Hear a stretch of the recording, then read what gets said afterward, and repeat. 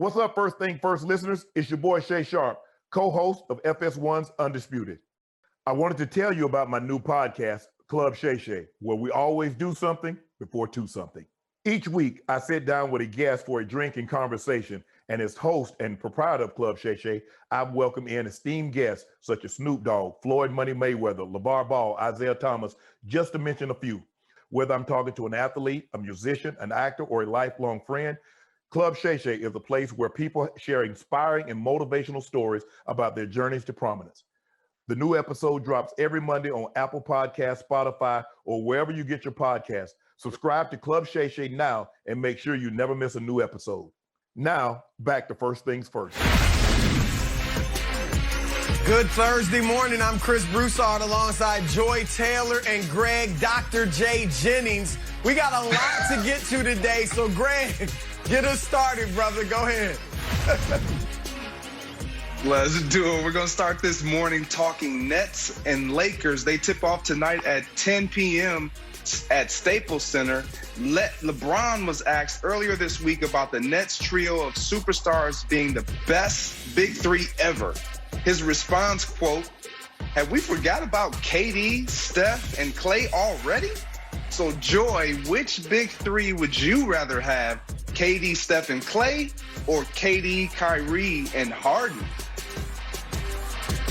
I would rather have KD, Steph, and Klay. Thank you, LeBron. How soon we forget. KD, Steph, and Klay won 2 championships. Steph and Klay were part of the greatest regular season team in NBA history. There's no ego on this team. There was no, I'm not going to show up for work for a couple days and not tell anyone where I am. These guys were amazing together. We weren't talking about, are they going to play any defense? We know Klay is a great defender. All 3 of them can make big shots in any moment. And that's not to say that the Brooklyn Nets can't, but I've already seen what KD, Steph, and Klay can do together. The Brooklyn Nets, Harden, KD, and Kyrie have played 7 games together. Let's calm down a little bit. I love new shiny things. We all do. But let's not disrespect what the Warriors did. I know everyone is trying to move on from that dynasty. They were complaining about the dominance. No. I want KD, Steph, and Klay. They were amazing together. They accomplished a lot together. And I think a big part of their success was because KD came to a team that was already established, not only in culture, but the stars worked well together. All the role players knew what they needed to do. I would take KD, Steph, and Klay over KD, Kyrie, and Harden any day. Excellent stuff, Joy. I'm going to piggyback on what you said. I'm going with the Golden State guys. One, their pieces just fit better together. It's as simple as that. None of their guys, Steph or Klay or KD, were ball dominant. Instead, they move without the basketball. That makes it a lot easier to come together and play. Now, look, Brooklyn, they've come together very well. I've been pleasantly surprised by how smooth they've been on offense. Still, that only happened when James Harden decided to pull back and adjust his game. With Golden State, there was no need for adjustment.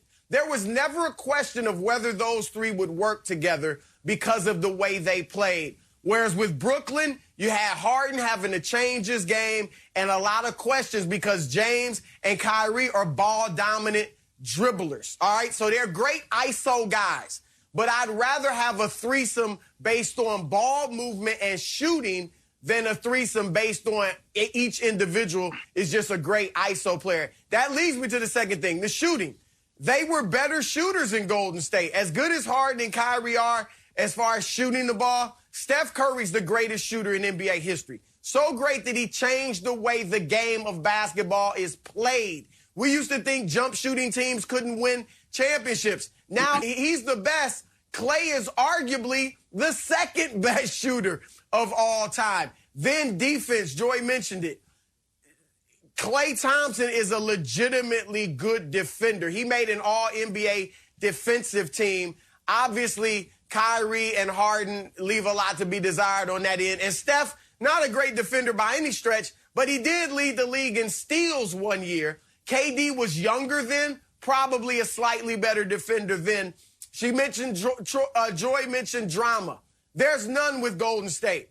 With Brooklyn, I got to worry about Kyrie. Yeah, he's playing great, but he went AWOL for a week and a half. Will he do it again? It's actually possible. Will he be satisfied playing shooting guard for the rest of the season, or will he get antsy and want the ball in his hands more? And why didn't he play the other night? I mean, he's sitting out with back tightness that I think is a rest day. So you don't need that. He should be on the court playing as much as he can with James Harden, if not with him and KD. And finally, I'll say this. Steph Curry and Klay Thompson proved that they could win a championship as the leaders of the team. They didn't need a transcendent all-time player like LeBron James or even Kevin Durant to lead them to a title. They did it themselves, and Steph was that transcendent player. KD has yet to prove that. He can prove he's be the best player on the championship team, but he has yet to prove he can lead his own team to a title. Obviously, Harden hasn't proven it, and Kyrie hasn't either. Even though he hit one of the greatest shots in league history, that was LeBron's team. LeBron carried them for the most part, even as Kyrie was great. And Kyrie has won one playoff series in his career without LeBron James. So Golden State, without question, is the top big three between these two. Yeah, I agree with both of you, and you both have laid it completely out. But for me, it is those three with the Warriors, KD, Steph, and Klay, simply because of their unselfishness. Like, if we just focus on that, their ability to shoot, we all know they're better shooters. But for me, what stood out most was their ability to be unselfish. Steph Curry, two-time MVPs, taking a side step, not a back seat to Kevin Durant, but just stepping to the side and allowing Kevin Durant to insert what he fits seamlessly, because you have a guy in Klay Thompson that is going to be complimentary all the time. That is what his role was, and that is what his role still continues to be, even though he's sidelined right now. But when you look at KD, and KD is the reason why this is even a thought, in my opinion.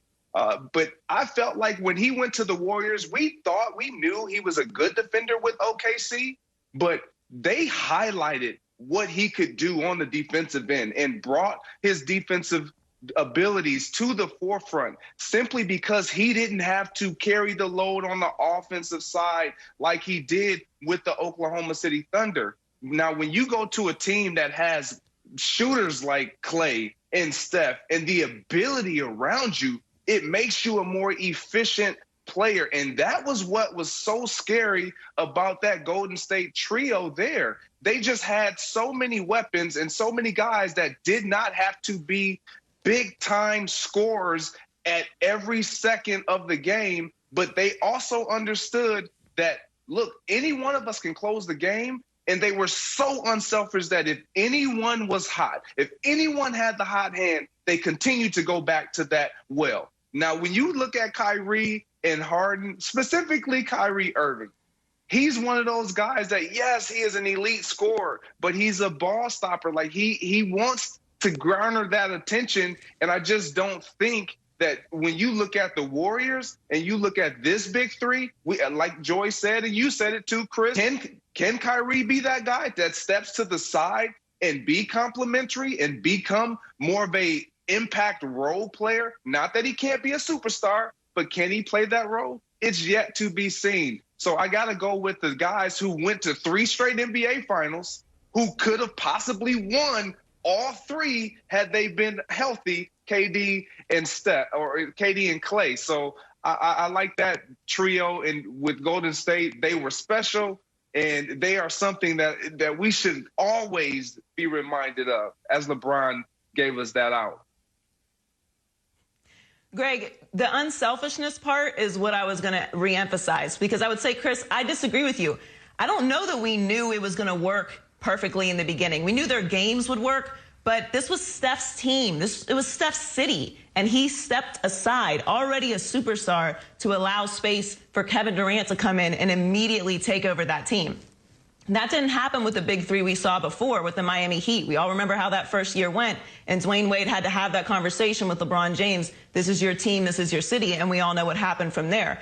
So the lack of ego, the culture, the established winning mentality that was already there with the Warriors all played a massive role in their success. And I'm not saying that Brooklyn can't get there, but Kyrie just had that conversation with Harden about being the point guard, which I think is a very important conversation. And I like to hear that because, to Greg's point and to yours, Chris, roles were so important on the Warriors, and they'll be very important for the Brooklyn Nets. But, you know, these are kind of interesting personalities in Harden and Kyrie. We know KD can do it. So that's what I still need to see before I even start having the conversation about whether they can even get close to what the Warriors accomplished.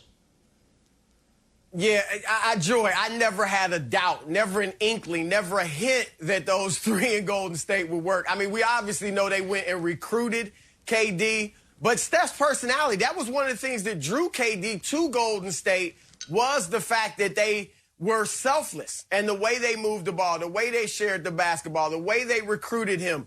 I had no question that it would work in Golden State, also because of the way they played the game. None of them had to have the ball a lot for them to get their 20-some-odd points. But I think the question now, because obviously, even if you like Brooklyn's big three better than Golden State's, you can't say they're better at this point because, as you said, they've only played 7 games. They have yet to play a playoff series together and things like that.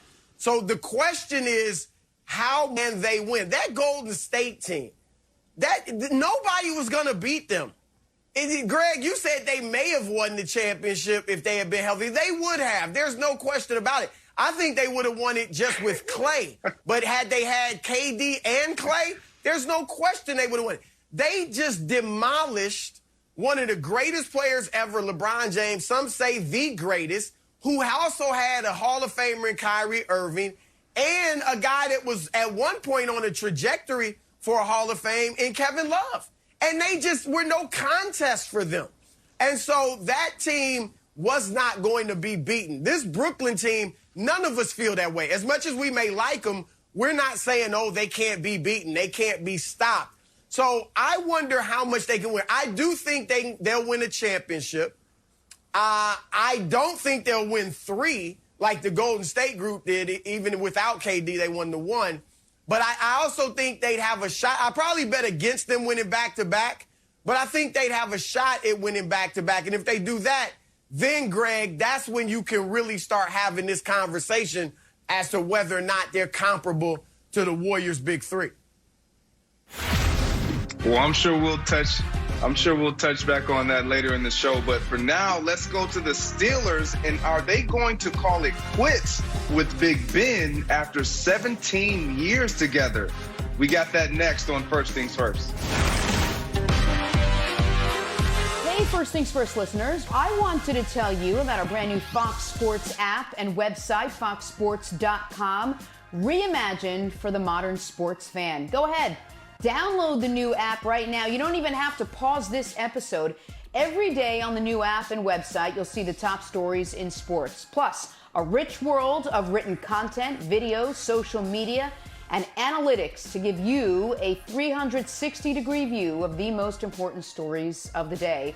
Streaming live TV has never been so easy or elegant.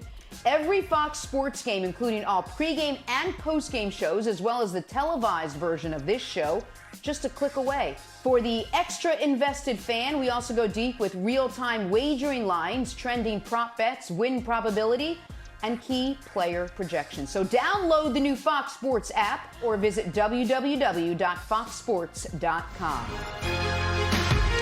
Back talking Big Ben, Steelers GM Kevin Colbert had a chance yesterday to say Big Ben would be under center next season, but instead his comments were non-committal on Ben's future in black and gold. Let's take a listen. He reiterated that to us, that he wants to continue to play. And we told him, quite frankly, we have to look at this current situation. You know, Art Rooney addressed that with Ben's current cap number, some adjustment will have to be made. And we're not negotiating as we sit here and answer this question. You know, Ben Roethlisberger is on the team. Ben Roethlisberger did a lot of really good things last year, and we anticipate that he could still do some good things moving forward. So hopefully there's a way that we can try to figure out and do what's best for the organization and do what's best for Ben. And hopefully he'll be able to see that and feel the same way we do. But there's a lot of work that needs to be done. Greg, this relationship has lasted 17 years. What do Steelers GM Kevin Colbert's comments mean for Big Ben and Pittsburgh?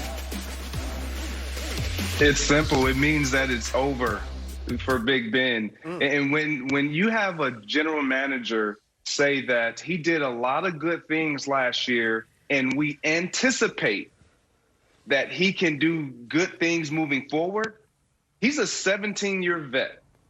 He's a Super Bowl champion twice. Like, you don't anticipate that. You know that when you're dealing with a veteran quarterback like Big Ben Roethlisberger. And just for me, when you look at this division, like, Big Ben has regressed.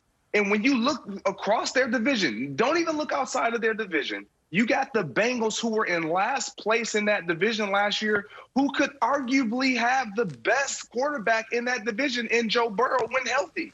Then you got Lamar Jackson with the Baltimore Ravens, unanimous MVP. And then you got Baker Mayfield with the Browns, who made an resurgence and got their team to the postseason, winning their first postseason game. All of these quarterbacks are progressing. All of these teams are making strides with that quarterback position, not looking at no other position, with that position. And Ben Roethlisberger, whether Colbert will say it or not, he regressed. He regressed at the worst possible time of the year, which was when they needed him most to win games down the stretch, and specifically in the playoffs. So when I look at this Pittsburgh Steelers team, and specifically the quarterback situation, do they have an option right now? No. Dwayne Haskins, okay, you still can build on that. He has youth, and that's what you look at. With Big Ben Roethlisberger, you got to question, like, are we going to waste more time trying to find an insert that can continue to sustain what we always done, which is win the Pittsburgh Steelers way, Chris? Well, Greg, look, I think Kevin Colbert clearly watched the Draymond Green press conference. He said, we're not going to play games. All right, you don't want us to play with players' emotions? We're going to keep it real. And they told Ben, look, you're not the man anymore. All right? That doesn't mean we're getting rid of you, but you are not the man anymore. We're going to need you to renegotiate your contract, number one, so we can get that cap hit a lot lower if we keep you. And number two, while we're talking about that, we're going to go out and look for better options. There is a guy, Deshaun Watson, available. We're going to see if we can get a better option than you. All right, they putting all that on the table for Ben.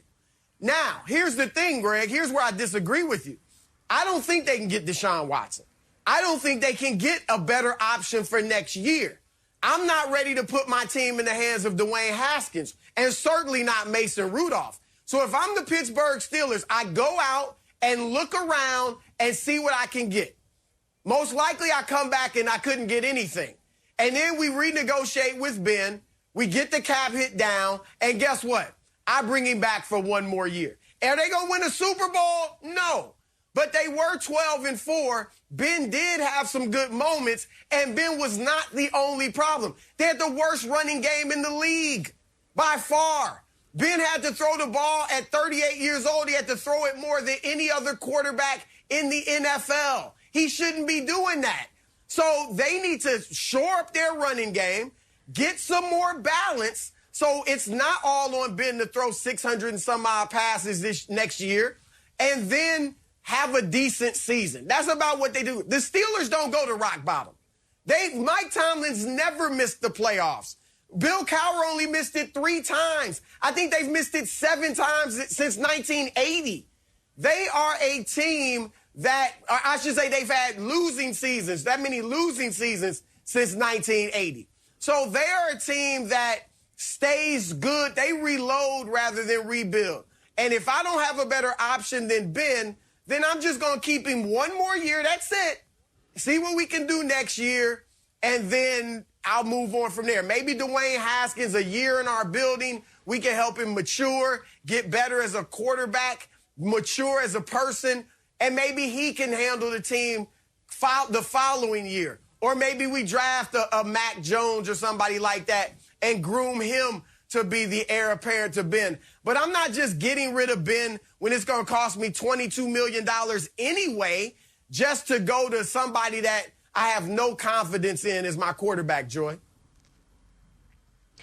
The Steelers need a reality check. Rip off the Band-Aid. It's been a slow drip towards this situation for years. I was done with Ben Roethlisberger 2 years ago. I was born and raised in Pittsburgh, so I'm very aware of how the Steelers organization works. It's all about loyalty. I was looking online to fans' reaction yesterday when this came out. Steelers fans, I just need one more year with Ben Roethlisberger. I love him. What are you talking about? Making the playoffs is not the standard for the Pittsburgh Steelers. What have we been watching the past couple years? The reason that the Steelers are in this situation right now, I understand your point, Chris. They made him throw 1 million times. And nobody can win that way. Not Ben Roethlisberger either, with all of his talent and his cannon arm. But the reason they don't have the next heir to the Steelers franchise is because of Ben Roethlisberger. He's never wanted anybody else in there. It's always about Ben. It didn't work with Le'Veon. It didn't work with Antonio Brown. It's always got to be Ben's way. And Ben's way is what? Let's come in, let's throw the ball around, let's run around a little bit. I'm a big guy, I'm going to throw it down the field. It's all about him. He's not a workout warrior. We know that. He's not a film guy. We know that. It's been all about Ben Roethlisberger, and now the Steelers are in a situation where they have no future at that position, and they owe him $1 bajillion. I don't even want to get into what the cap hit is going to be, which is why they want to restructure it. Mason Rudolph ain't it. He's terrible. I don't know what we're doing. I don't understand. He's a backup quarterback at best. He's not the future of the Pittsburgh Steelers. It's not happening. I don't know what's going on with Dwayne Haskins. I don't think he's ready to be a franchise quarterback. Maybe a year in the Pittsburgh system, and they can kind of groom him and develop him a little bit. I don't really see it with Dwayne Haskins, but all I know is if I was you've got to strip down and restructure everything. They have 24 free agents. 24 free agents. And to Greg's point, look at this division. Look at this division. The Cincinnati Bengals have Joe Burrow. They're going to be better next season. There's no more little brother Cleveland Browns. They showed you what they're about in the playoffs. You're never going to forget that game. And we don't have to get into the Baltimore Ravens. So the Steelers are in a really bad situation. I do think Ben is there next year because I don't know what other choice you have. But it's really time for the Steelers to look in the mirror.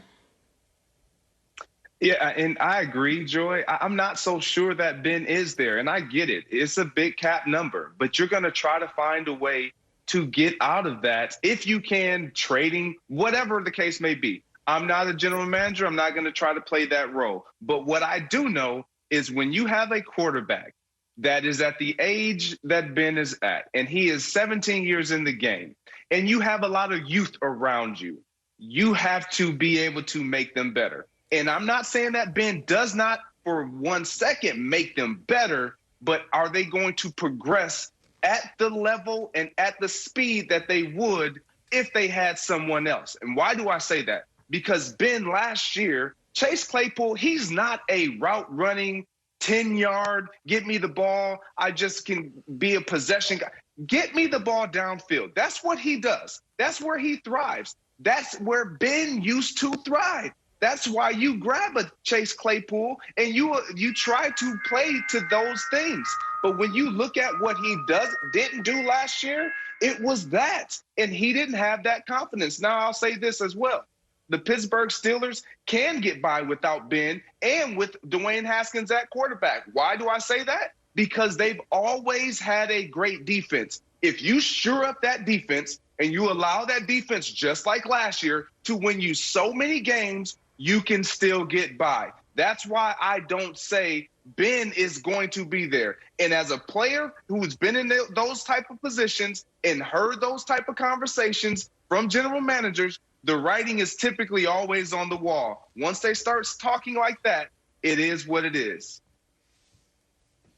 I'm just with Joy on this, though. I get it. Ben is almost done. We understand that. But what is the better option? Even if they cut him, they still have to pay. He's got a $22 million cap hit with dead money. So I'm still paying him $22 million, as far as the cap's concerned. So why would I do that just to go to Dwayne Haskins or, God forbid, Mason Rudolph? I just don't think they have a better option. I'd bring back Ben one more year, and then I move on after that. Sadness in the 412. LeBron taking on the new look Nets tonight. Tell you what we are looking to see next on First Things First. Hey, First Things First listeners, it's Charlotte Wilder here to tell you about my new podcast with Mark Titus called the People's Sports Podcast. It comes out every Thursday, and Mark and I take one of the big stories of the week, and then we go off on tangents you never saw coming. This might mean that we start talking about the Dodgers winning the World Series and end up wondering if Knicks fans deserve happiness. Or begin with LeBron's greatness and end up drafting our ultimate beer league softball team made up of old athletes. Whatever it is, the only rule of the show is that it has to be fun and funny, because these days we could all use as many laughs as we can get. So check it out wherever you get your podcasts and come down weird sports rabbit holes with us. We can't wait to have you. Now, back to First Things First. Well, we got Ryan Hollins with us, and it's time to run the fast break. Joel Embiid came one assist away from a triple-double and a win over the Rockets. Said after, though, his back was pretty tight all game. So, Ryan, should the Sixers fan be more encouraged by Embiid's dominance or worried about his back holding up? Listen, man, the 76er fans have to be absolutely terrified. I mean, hey, guys, this is a bad nightmare right here. They haven't forgot that Joel Embiid sat out his first 2 years as a pro and could not play basketball. The only question in Joel Embiid's game, and you can ask my guy, Brennan Haywood, because I've been going at it for a while with him, that Joel Embiid, when healthy, is the best big man in basketball. Forgive me, Anthony Davis, Karl Anthony Towns, whoever you want to throw in this big man debate. When he is healthy, he is absolutely the best. The only questions have been injuries. Why is this so important? Not only is Embiid right now, and Chris, Greg, anybody want to question that he's second in MVP voting in my mind behind LeBron James, but Philadelphia is finally playing the best basketball that they have ever played. We see order, we see consistency, we see a form of a system and discipline under Doc Rivers. I played for Doc. And one of the biggest things that Doc has done outside of bringing in Curry and Danny Green and those veterans and shooters, something that they missed from having JJ Redick on the squad, was that they now have a system that they run. Doc is excellent at taking someone, I wouldn't say chaos, I don't want to disrespect Brett Brown like that, but he comes in with a manner of respect, and he's an X's and O's specialist. He's detailed, and he's teaching Joel and Ben and those guys how to play the game of basketball. So there's a realistic shot that Philadelphia could come out of the East, guys, and if his back isn't to par, they don't have a shot. Ryan, I think Nikola Jokic would like a word with you about who the best big man in the league is. But to answer the question, look, I get the injury history, and you're always going to have that concern with Joel Embiid. It's just as simple as that. He's never played more than 64 games in a season. However, I'm going to say the Philly fans should be more encouraged by the way he is playing. He has, for all his injury problems, he's only missed 3 out of 26 playoff games in the last 3 years. So typically, he's there for the most part come postseason. And obviously, the Sixers have to just do whatever they have to do, even if it's resting him several games, to make sure he's ready for the postseason. That said, and you're right, Ryan, he's playing great basketball. Doc Rivers has him playing closer to the basket really than he ever is. Now, I still would like to see him posting up even more. He's still playing a lot on the perimeter, and I wonder if he played down low closer to the bucket even more, if that might help him injury-wise. Because he's out there running around like a perimeter player.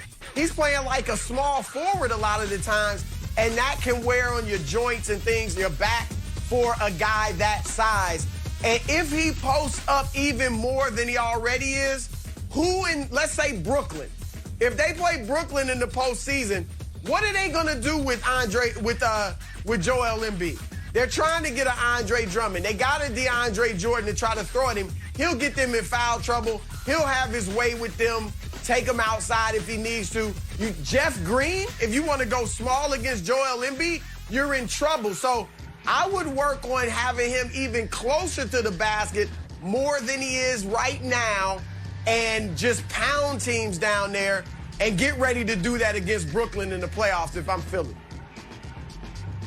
If I'm the Sixers fans, it's both. I'm both encouraged by his dominance, but I'm also concerned about his health.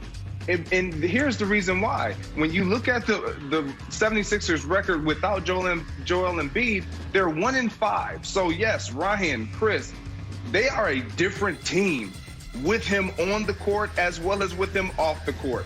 And when you look at injuries, what I was so impressed by, and the Sixers fans should be impressed by last night, was he played not only through the injury, but he played at an elite level. He dominated. And Brett Favre once told me, he said, you know, Greg, what makes the difference between great players and elite players? Elite players find a way, even when having nagging injuries or ailing things going on in their physical body, they still have a knack to play at the elite level. Their 80% is better than a lot of guys' 100%. And that's what we saw out of Joel Embiid last night, Joy. Sixers fans should be terrified. I agree with Ryan. They're playing the best version of basketball that we've seen these Sixers play. We know what Joel Embiid is capable of when he's playing at a high level, when he's on the court. He's having an MVP season. I mean, to me, LeBron is the MVP right now, but Joel Embiid is right there. And the first thing that you start to think about is those years that he missed. Now, you start talking about Joel Embiid's back, and you know, your hands are getting sweaty. This is a serious situation. They've got to manage this throughout the season. They have a legitimate shot this year to come out of the East. They can beat Brooklyn if they're all healthy. And we have to keep in mind as well, this is a very unique season. We're still dealing with a pandemic. You might have guys out here and there. It's very tricky. So this is very concerning if I'm a Sixers fan, not because you know, he may miss a few games, but because of his injury history and the fact that this is really a season that if everyone's healthy, they can win. So if I'm a Sixers fan, I am definitely nervous. We know what he can do when he's healthy. We don't want him to be out and miss significant time or not be healthy for the playoffs. Well, let's move on to Steph. He had last night 25, including a three-point dagger in overtime to beat the Miami Heat. And Steph carried the Warriors by himself. Steph Curry by himself can get the Warriors out of the first round in the playoffs. Why do I say that? Where would I make that number at? For one, his numbers are comparable to his MVP year, unanimous MVP. But I say out of the first round, if he can match up with anybody else other than the Lakers, I believe there's a shot. As much as I love Utah, Rudy Gobert in the playoffs historically, guys, remember when I said that historically has struggled with mid-pick and roll. Steph Curry is a dead-eye shooter. Gobert's not up on the screen. Steph Curry would have absolutely a field day, as well as Utah's plan. But the one thing about Steph, he's given us a performance that we've always questioned. Okay, who is Steph Curry gonna be, Chris, without KD and without Klay and all these guys? And Chris, I'm gonna throw this to you.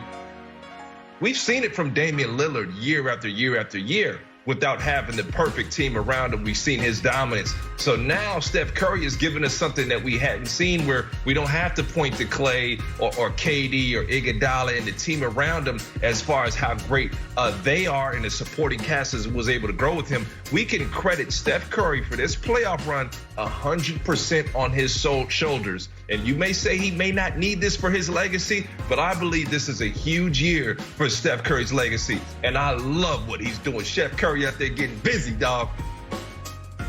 Look, Ryan, I told you Jokic was looking for you earlier. Now the LA Clippers are looking for you. You're saying only the Lakers can definitely beat Golden State in the first round, man? Stop it. Look, I'm with you. I do think that Golden State, the furthest they could go would be the second round of the playoffs.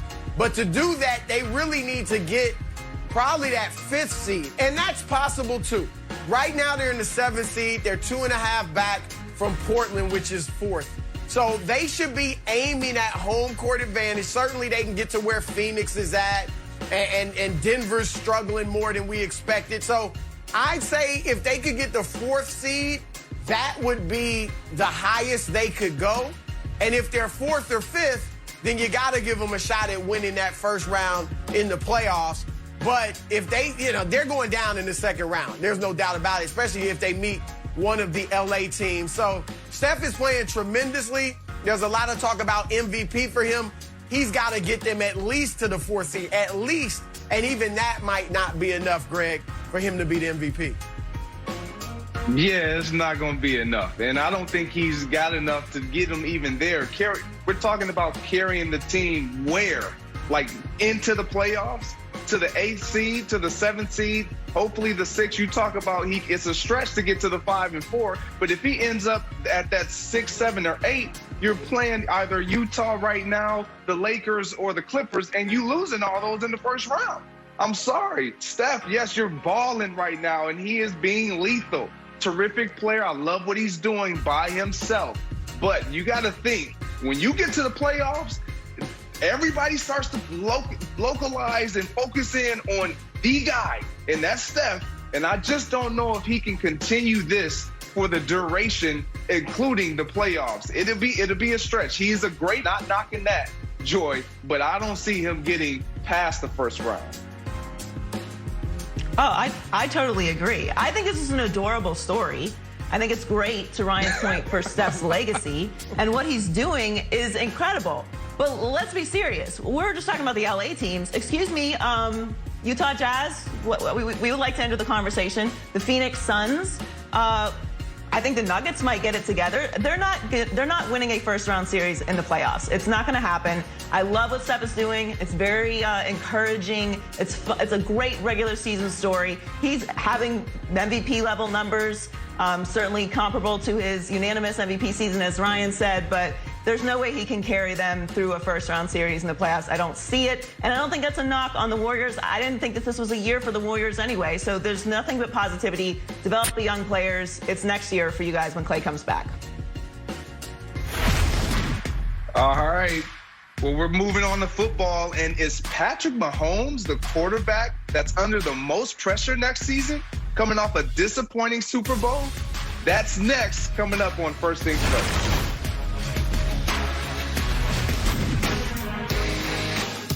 We're back talking football. Former Pro Bowl corner Brandon Flowers joining us. Fox Bet Sportsbook has Pat Mahomes favored to win MVP next season ahead of Aaron Rodgers, Russell Wilson, Tom Brady, and Dak Prescott. Mahomes is coming off a Super Bowl in which we saw him held in check like never before. So, Brandon, which quarterback is under the most pressure entering next season? Chris, I know you guys going to think this is left field, but it's Dak Prescott.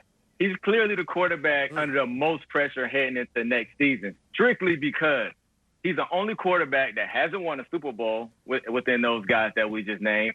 He's the only quarterback that's being doubted by his fan base and organization. He's the only quarterback that needs that second contract because he's a 4th rounder. I know he gets endorsements here and there, but he still hasn't been appreciated by his franchise to reward him with a big contract, to just say, you're our guy. So I think he needs to have an MVP caliber season to let everybody know, the world know, that I belong in this class. I want to be paid like these guys. So I definitely have to be the one to go out there and put my name behind what I want and just say, hey, I deserve my payday. And that's why he's under the most pressure coming off that injured season going into next season. Oh, Brandon, piling the pressure on my guy, Dak. Dak's been carrying the Cowboys. He's been the most consistent part of that organization. I do think he needs an MVP level season to get the long-term deal done, but I believe the most pressure is on Patrick Mahomes. He just lost the Super Bowl. As we know, the Chiefs did not score a touchdown. He did not throw a touchdown pass in the Super Bowl.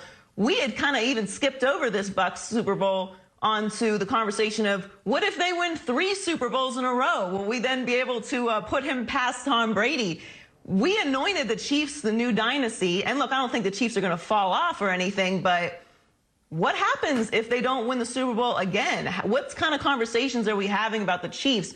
Maybe we put too much pressure and too much expectation on them too quickly, but we know what Patrick Mahomes is capable of. We know his talent. He's the best quarterback in the league. We know that. He's the future. But I think the pressure this year, losing the Super Bowl in that way, Obviously, Todd Bowles' defense was incredible. He got the most pressures of any quarterback in Super Bowl history and was throwing sideways, upside down, and smacking his receivers in the face.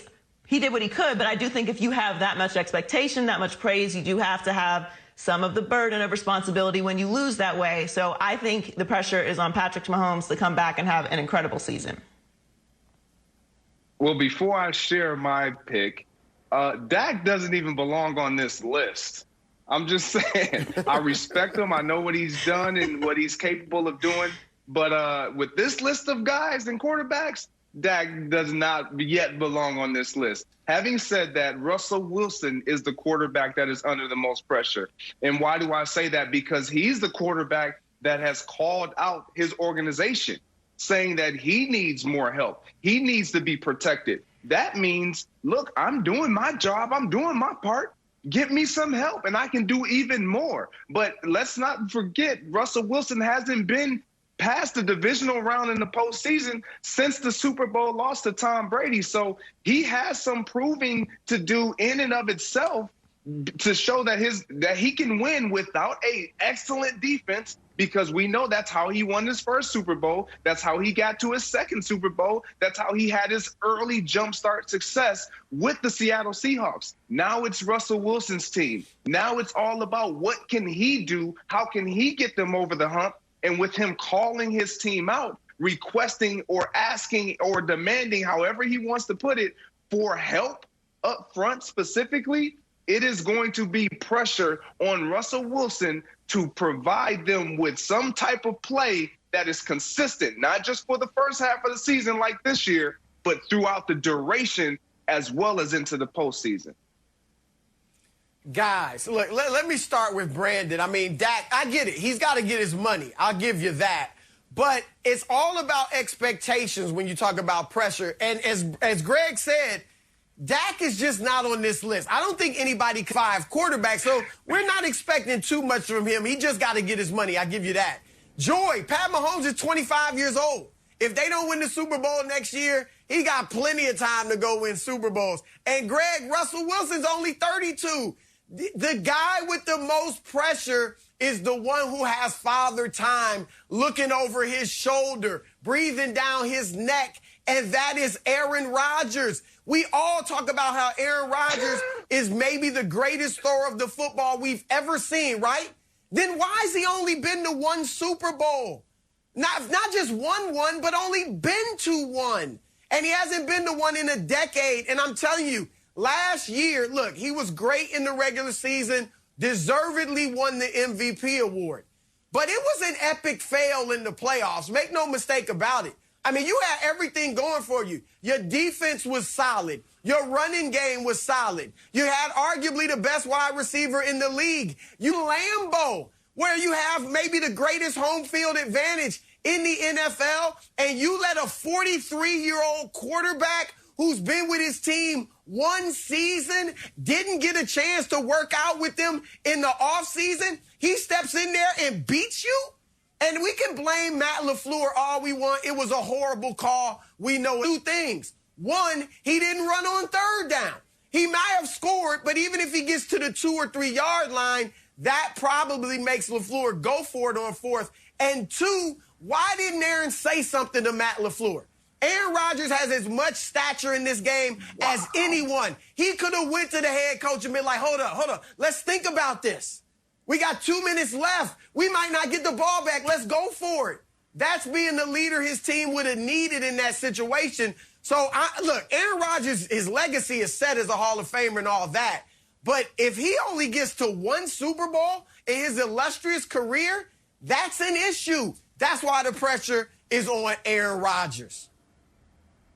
I couldn't disagree with that more. Like, I could not disagree with you any more than I already do. Like, Aaron Rodgers is coming off an MVP season. I get it. He's up against time when it comes to winning a Super Bowl. But when we talk about this Green Bay Packer team, we don't just talk about Aaron Rodgers and his lack of performance. No, we talk about what he does not have, what he has not been afforded to get over the hump. Look, you can't win this game by yourself. And when you talk about losing to a guy in Tom Brady who was with his team for 1 year, didn't have all this time with them, but he had so many other variables and so much more personnel around him to support that.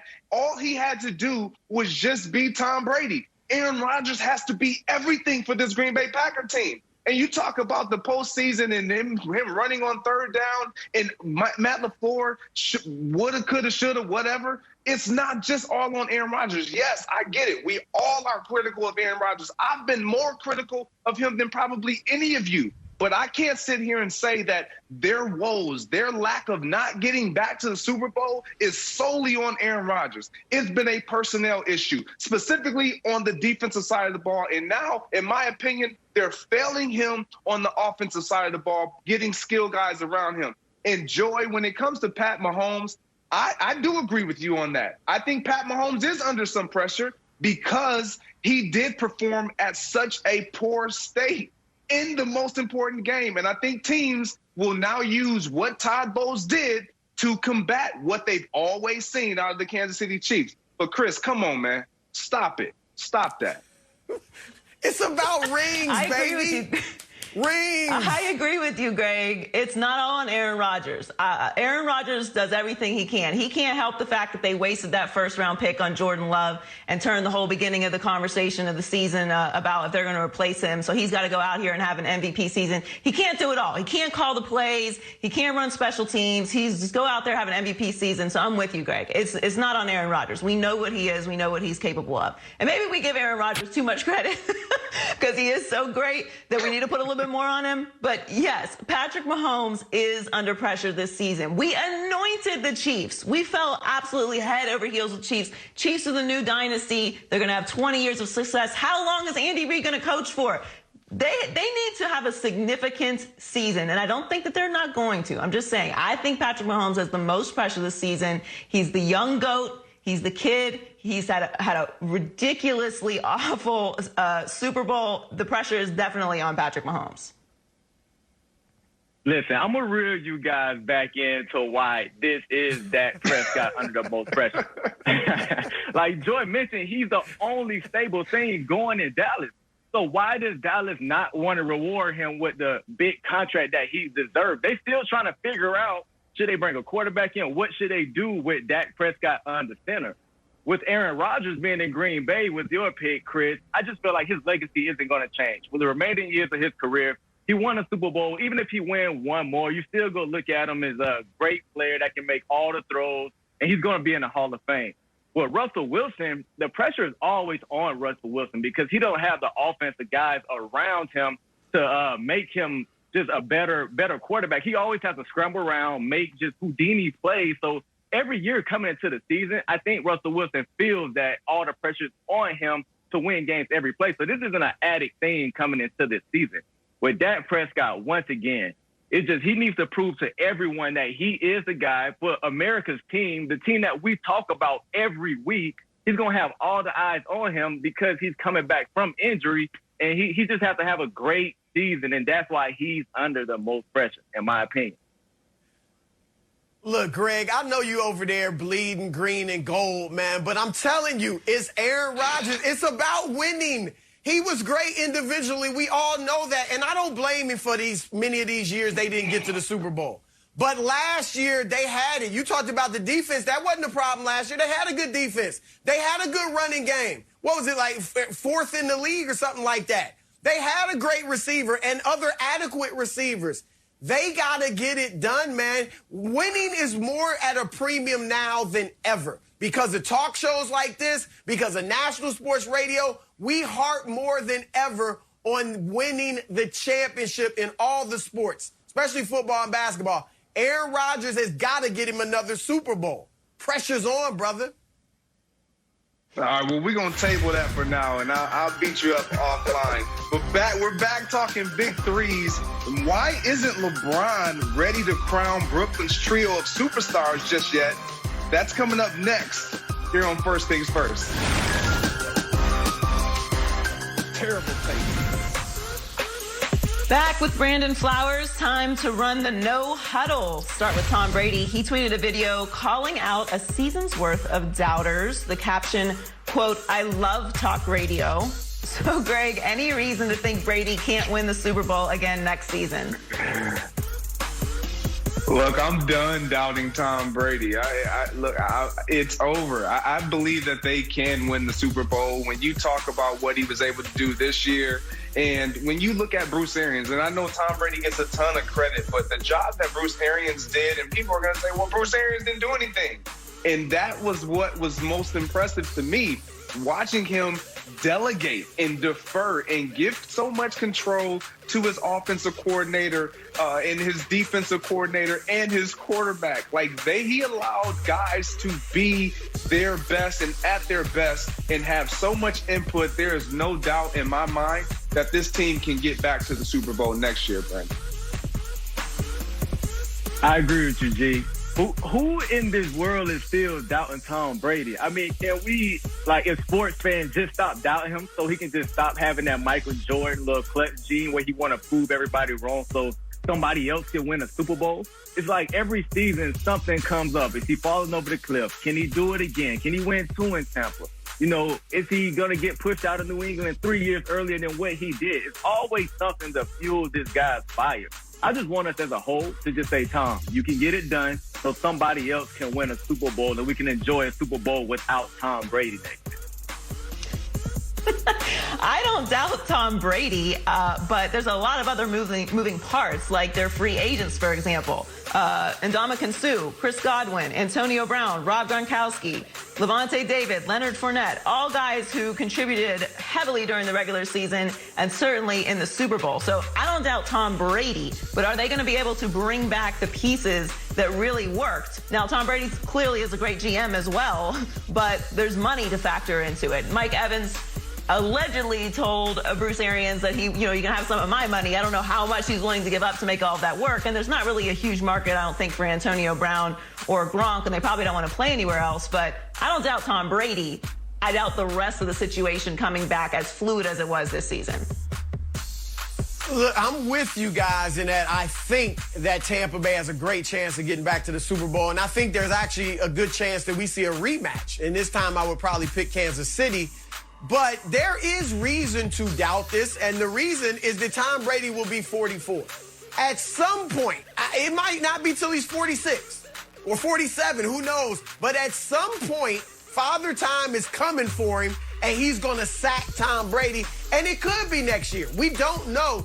It usually happens quick with a quarterback. Remember Peyton Manning? He went from 39 touchdowns, 4,700 yards to 9 touchdowns and 2,200 yards in 1 year. It happens quick. Now, I'm not predicting it. I think Brady will be Brady, and I think they are the favorites in the NFC. But we can't just brush that aside like Tom Brady's 24 and that there's no chance he comes back next year and just falls off. That's a possibility. Chris, you're going to be on Tom Brady's next petty video. You got to watch. On to J.J. Watt. I'm a fan. I like him. I'm just saying. J.J. Watt tweeted, "Free agency is wild," as he continues to weigh his options. So, Greg, can J.J. Watt be the missing piece for a championship contender? Yeah, it really depends on where he decides to go. And when you think about the teams that are probably on the top of his list, is going to be Super Bowl contending teams. So like the Green Bay Packers, they can use a pass rusher like J.J. Watt. And in my opinion, if I'm J.J. Watt, I will jump on that bandwagon down in Tampa Bay and try to get me one with Tom Brady. Because like you alluded to, and you listed out all those free agents, if they can acquire somebody like J.J. Watt, who will probably just come just to win, be in a winning culture, and have a chance to hoist a Lombardi trophy, yeah, I think that's a piece for one of these franchises. I agree with you, Greg. And I think another suitable contender for him is Kansas City. One thing about Kansas City, they have trouble stopping the run. I think he'll be a great addition inside to go with Chris Jones, because teams don't realize to beat Kansas City, you have to run the football. They feel like they have to throw the ball and out-air Mahomes, but when they run the ball against Kansas City, they're pretty successful. So if he can come in and when teams start to realize you have to run the ball to beat Kansas City and they're not able to, that just adds a little bit more pressure to opposing offenses. And he'll be definitely a great leader to go with Honey Badger on defense. So he can definitely be a great piece for a contender. And J.J. Watt is a good run blocker, Brandon, so he would be big there. I would like to see him with the Green Bay Packers. Aaron Rodgers came out a little unhappy after the way the season ended. He'd like to see the Packers be a little more aggressive.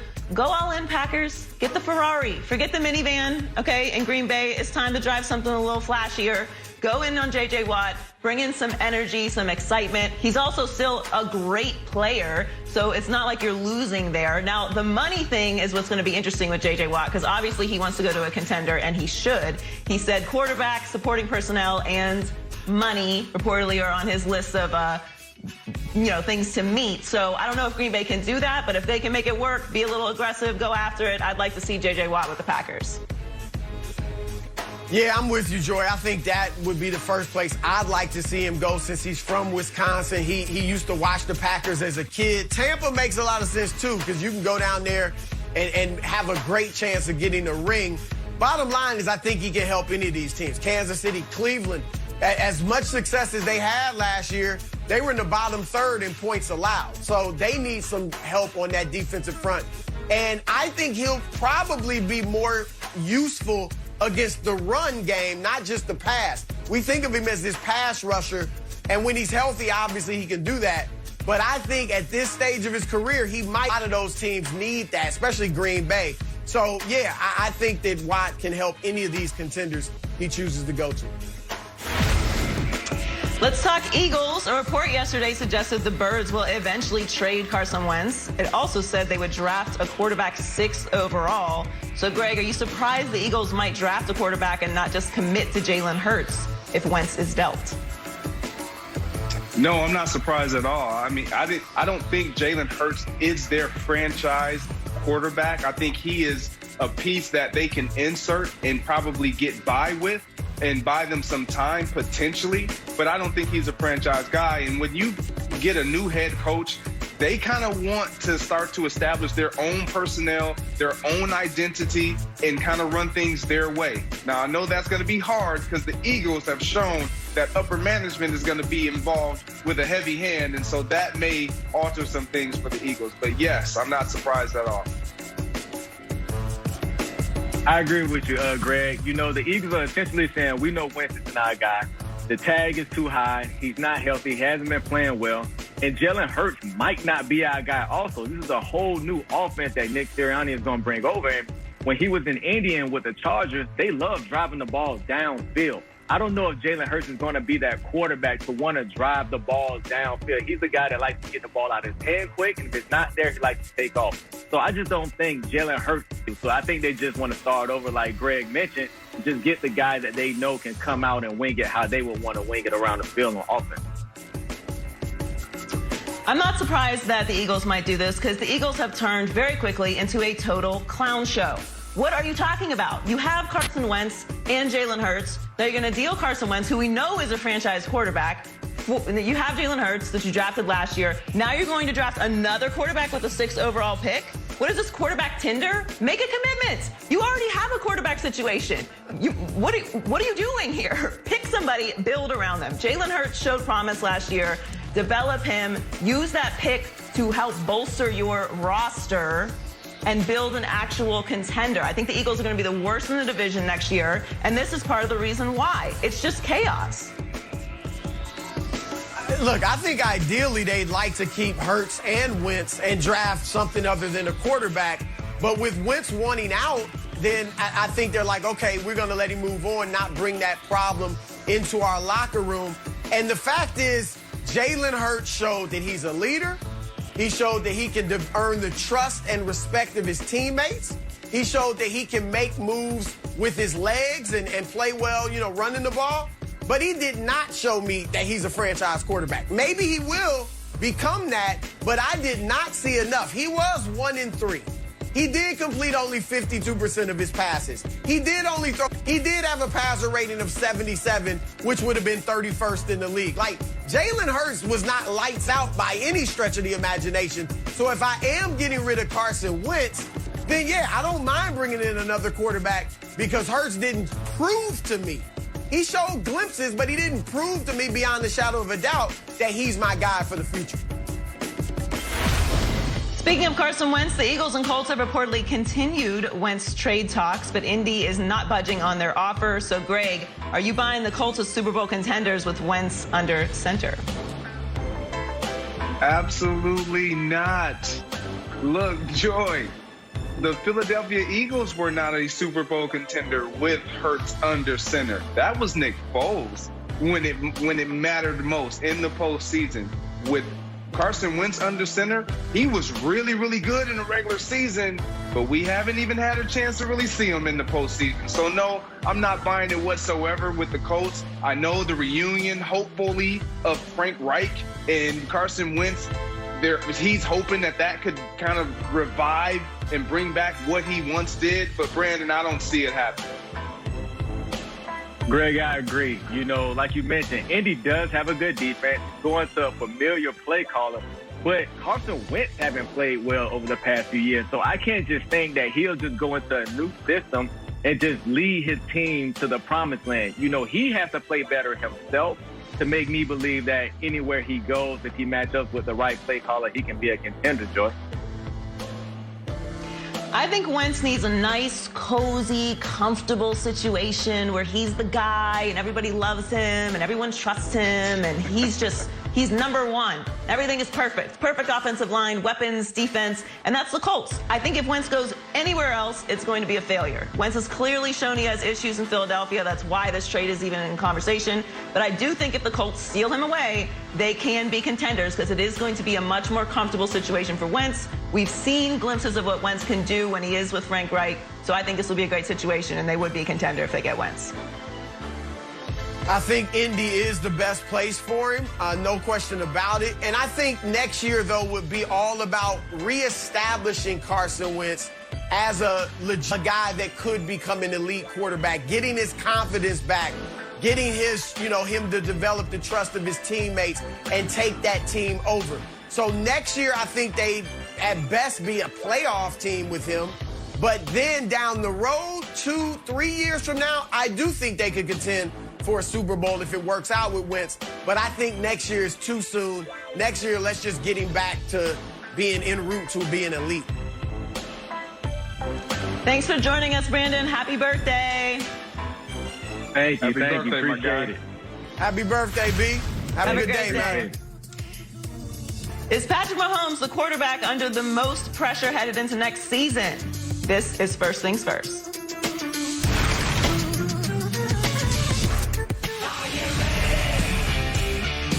Elimination Chamber combatants collide when Kevin Owens, Daniel Bryan, and Cesaro battle Jey Uso, King Corbin, and Sami Zayn in a 6-man tag team match. It's an all-new Friday Night SmackDown, live at 8 Eastern tomorrow night on Fox.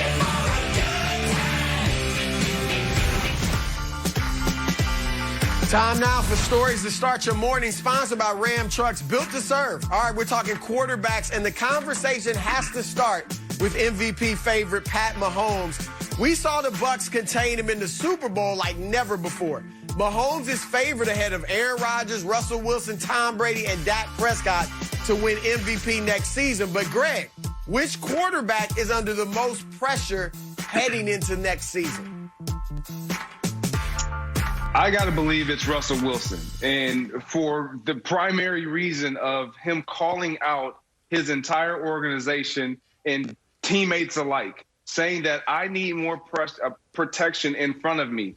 And when I shouldn't say isolate, but when a player starts to kind of point the finger, you pretty much separate yourself, saying that I'm not the reason why we've lost. I'm not the reason why.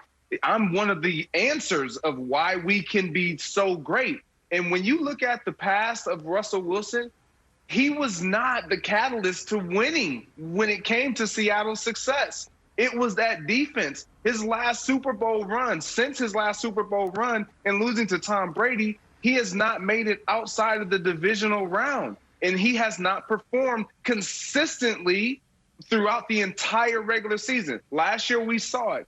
Russell Wilson, can he cook? Let him cook. We all wanted him to cook, and then he kind of burned some of the food at the end of the season or the second half of the season. And so when I'm looking at Russell Wilson and I'm hearing him say, I need protection in front of me in order for me to be elite consistently throughout the duration of the season and entering into the postseason, I just feel like Russell Wilson has brought so much pressure on himself. This is an organization that is about getting to the playoffs and winning in playoff picture. So Russell Wilson, you just made it a lot more attention and garnered a lot more attention on yourself, not just from us, but from even your teammates, buddy. Greg, Russ is getting cooked because he's on pace to get sacked more than any quarterback in the history of the NFL. So yes, he had to say something. He's running around for his life, literally. Patrick Mahomes is the one under the most pressure. He just lost a Super Bowl to 43-year-old Tom Brady, did not throw a touchdown pass in the Super Bowl. Obviously, we talk about quarterbacks all the time. We know what Todd Bowles' defense did, but people are going to pay attention to what Todd Bowles' defense did to the Chiefs and Patrick Mahomes in the Super Bowl. Probably steal a little bit from that throughout the season. We anointed the Kansas City Chiefs the new dynasty. Yes, they are great. Yes, Patrick Mahomes is all-time and on a Hall of Fame pace already at his very young age. We don't have to question what his talent is. But did we get a little crazy with how much expectations we put on them? We know how hard it is to win a Super Bowl. We know how hard it is to repeat. We were Mahomes and the Chiefs win 3. Does he make a case to be better than Brady? And they lost to Brady in wild fashion, got blown out in the biggest game. Now, I don't think it's all on Patrick Mahomes, but if you get all the credit, you do have to get some of the criticism. And I think that we will be having different conversations about the Chiefs next year if they don't make it to the Super Bowl or win the Super Bowl this year. I know Patrick Mahomes is great, but I think that the most pressure is on him this year. Greg, I see the Packer jerseys behind you. I know you bleed green and gold, but will you stop it? Russell Wilson is 32 years old. He's got plenty of time to get it together and win more Super Bowls. Enjoy. Pat Mahomes is 25. He's already got a Super Bowl. He's already got an MVP. The guy that the pressure is on is the one who Father Time is looking over his shoulder. Father Time is breathing down his neck, and that is Aaron Rodgers. Look, I know Aaron Rodgers was great this past season. He had a wonderful year for a 37-year-old, heck, for any age quarterback. But it ended it with an epic failure. It's Super Bowl or bust for Rodgers. We don't have to see him win another MVP to know he's great. Another MVP, even next year, is not going to do anything for his legacy. We know he's great individually. He's got to win another ring. Heck, he's got to get to another Super Bowl. He's only been to one, let alone won one. And he's 37, and time is ticking. And for him not to be able to win it last year, when you had a top 10 defense, when you had a top 5 rushing game, when you had arguably the best wide receiver in the league, when you had home field advantage in Lambeau, where it's freezing up there, and a team from Florida with a 43-year-old quarterback on his first year in the system comes there and beats you? No, and I get it. It wasn't all on Aaron Rodgers. He played a very, very good game, but he did make a couple of errors. He could have run the ball on third down and not made Matt LaFleur make that bad decision of, going for the field goal on fourth down. Or he could have went to Matt LaFleur and said, hold up, coach. We need to think about this. We may not get the ball back. Let's go for it. So I think the pressure's on Aaron Rodgers because he needs more jewelry, Greg, and the type that goes on your finger, not the type that you have as a trophy for winning MVP. Look, stop it, Chris. And I know you want to add that small little part there because he did just win them, putting all the pressure on him, saying he's the reason why they weren't able to win. And then your lead-in talking about Father Time. It's the guy that Father Time is breathing down his neck. Well, Tom Brady's older than Aaron Rodgers. So I'm just saying, if we're going to talk about Father Time, talk about the oldest guy. But Aaron Rodgers, for me, for you to say it's Aaron Rodgers, that's buffoonery because he's the one that we talk about so often of not having the personnel around him. management and personnel and executives, they haven't put the personnel around Aaron Rodgers on the defensive side of the ball as well as on the offensive side of the ball. So it's good. I understand what you're saying. Aaron Rodgers, because of his expectation and his standard of play, he's so great. He should just win every single year by himself with no pieces around him. Yeah, it's harder to do that, Chris, when you have Tom Brady going to a situation where everything around him is shiny and is bright and it just works. All they need is him. Yeah, don't try to put that pressure on Aaron Rodgers because he didn't have that type of talent around him, Joy. Aaron Rodgers just won the MVP of the NFL. How does he have pressure on him? He is great. He's the best player, right, in the league. That's what NFL MVP means, right? There's no pressure on him next year. The pressure's on the organization. Go be aggressive. Go make moves. Put some pieces around him. Tom Brady's got everything. Now, Tom Brady brought everyone there and the GOAT and put it all together and, made it a winning franchise and all everything. But that's neither here nor there. Aaron Rodgers is not the problem in Green Bay. There's no pressure on him. I'm not saying he's the problem, but y'all acted like Tampa Bay was ready-made. They were 7-9 before Brady got there. They were hadn't made the playoffs in 12 years before Brady got there. He brought in guys that had been cut, guys that were out of the league and made them score touchdowns in the Super Bowl. I'm not saying Rodgers is the problem in Green Bay. I'm just saying, what do we always say? Aaron Rodgers is a great passer of the football, the best we've ever seen, but he's only got one Super Bowl appearance. Can a brother get another one? That's all I'm asking. It did a lot for Peyton Manning when he got his second one. Aaron needs that second ring, Greg and Joy. Y'all know it. Y'all know it. But I see the jerseys, Greg. I know where you're going. Bye, Chris. I get it.